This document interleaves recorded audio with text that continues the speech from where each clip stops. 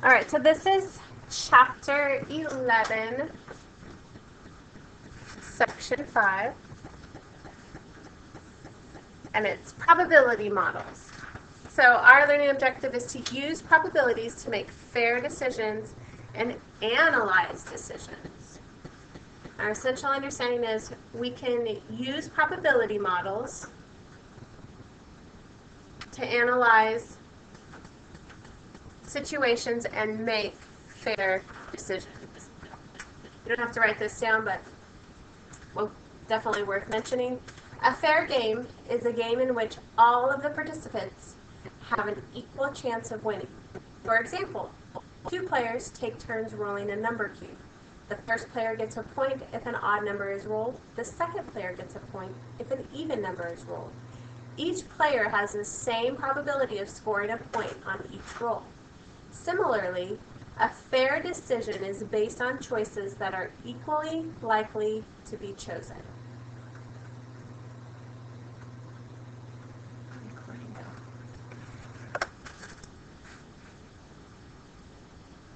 All right, let's see if we can decide what's fair and what's not fair.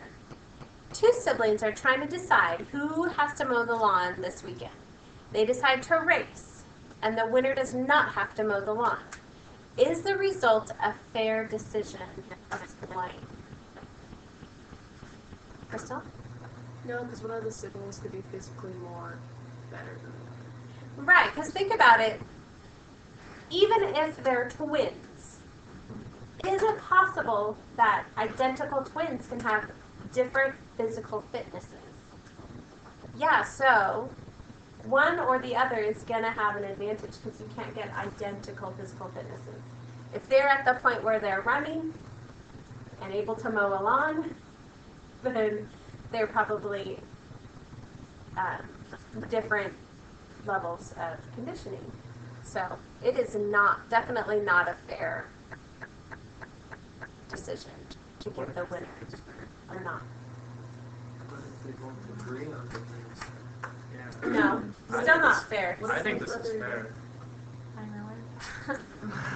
All right, so the result of this is definitely not a fair. It's not a fair decision because of the physical component to it. All right, so let's look at the second problem and using random numbers, because that definitely, if it's random, it's a good way to pick items.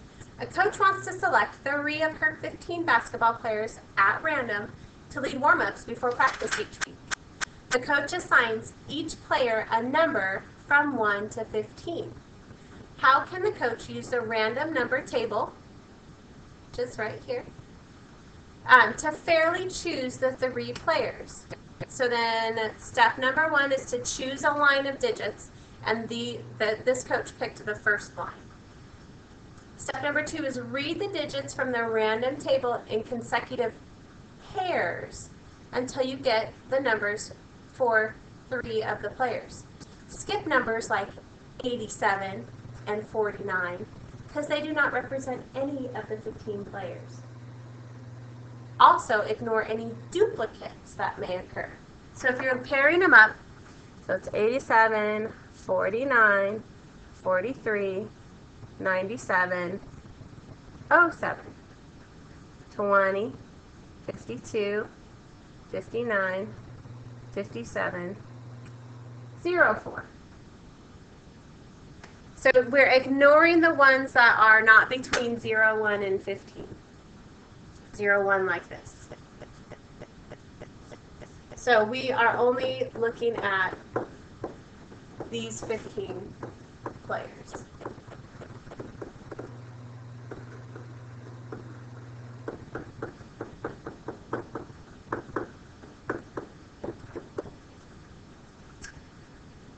So then it's 36, 12, 75, 56, 34, 59. So using the first line of random numbers that are generated, we know 7, 4, and 12 are going to lead warm-ups for that day. Yes, ma'am. So let's look at the scenario where a teacher wants to organize 10 students into 2 teams for a math game. So, team 1 and team 2. He's got 10 students, so he gives each student a number from 0 to 9.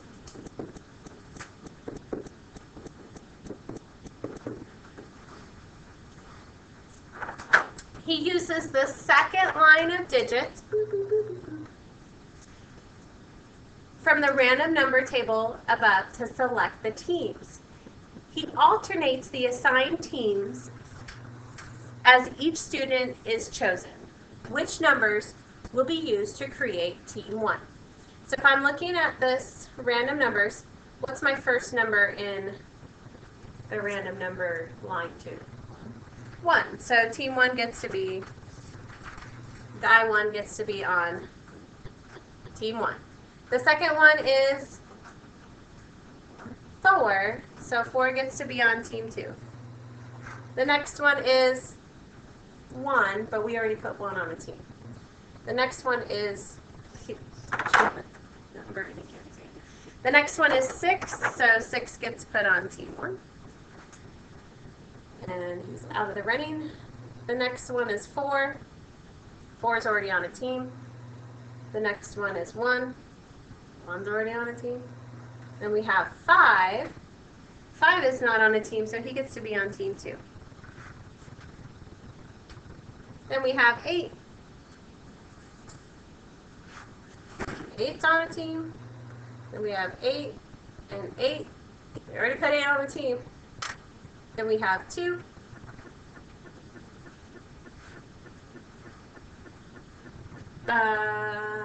Then we have 4, but 4 is already on the team.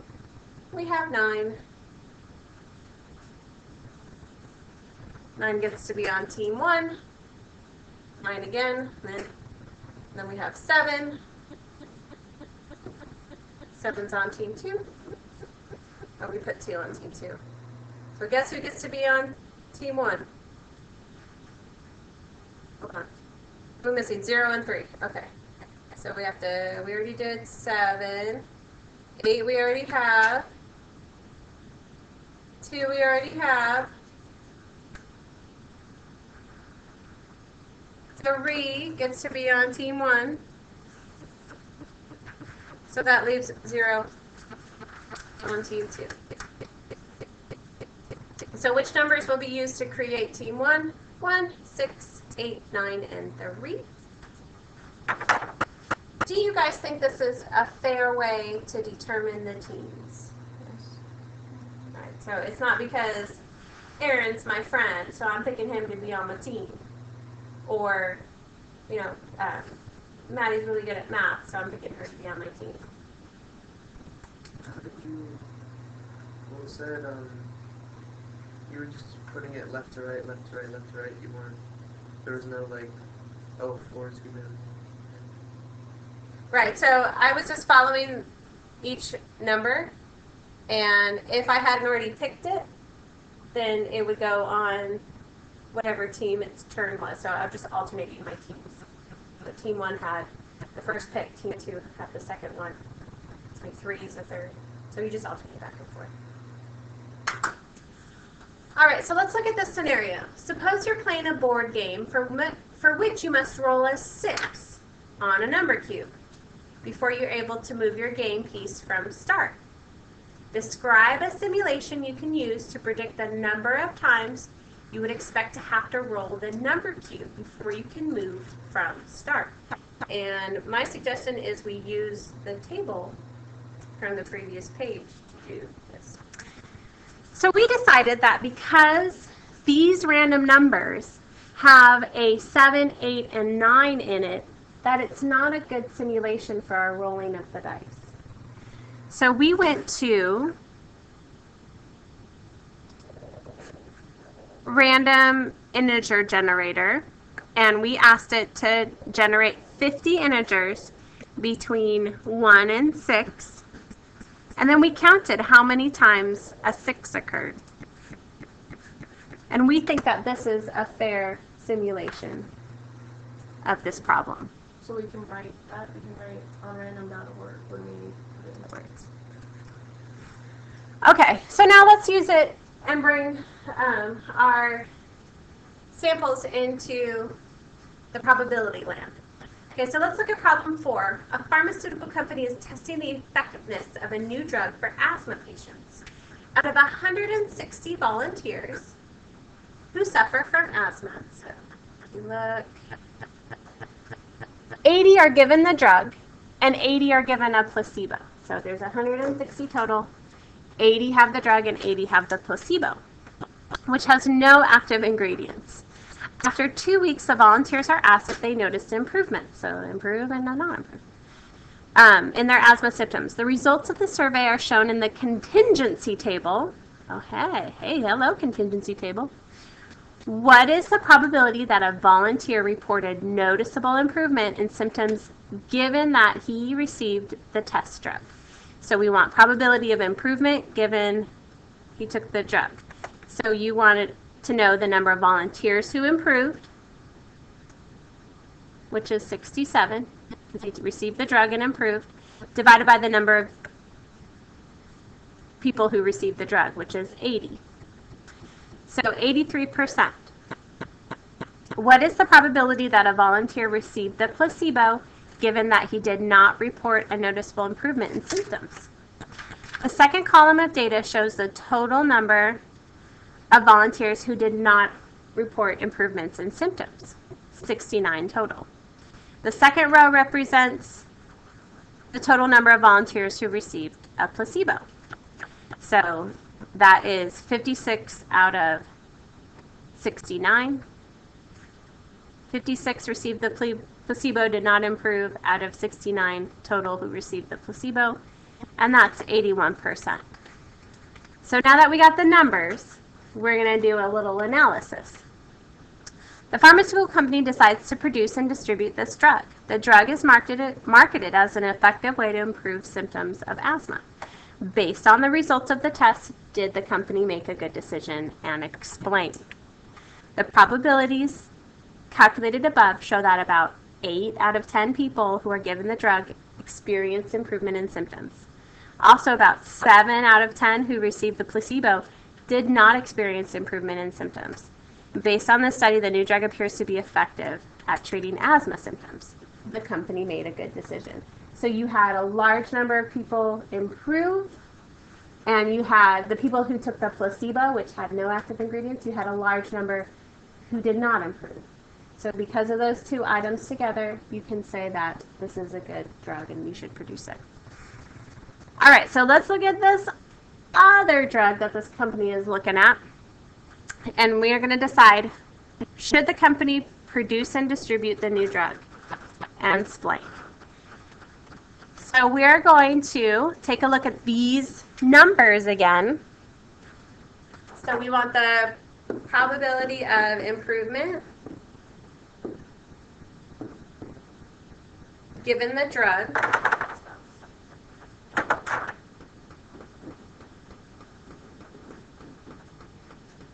And so we want the number of volunteers who improved given the drug. So they received the drug and improved is 23. Divided by the number of volunteers who total received the drug.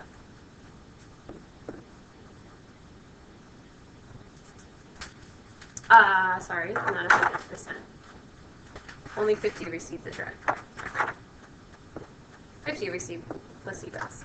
So if we do this math, that is 23 out of 50 or 46 out of 100, so it's 0.46. And then let's look at the placebo and no improvement.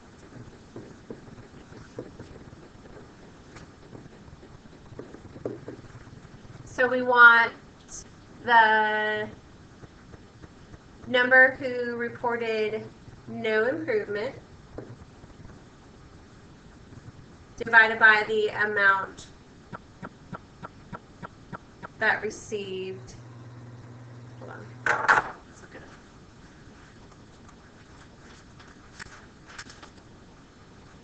The second one is the numbers of volunteers who did not report improvements in symptoms. Oh, divided by the no improvement at all. So that's 58.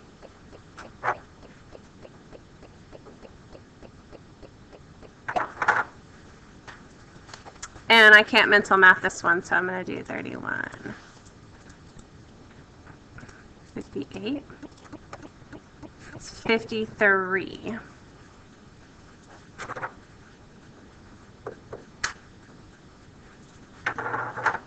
All right, so based on those two numbers, should the company distribute the new drug?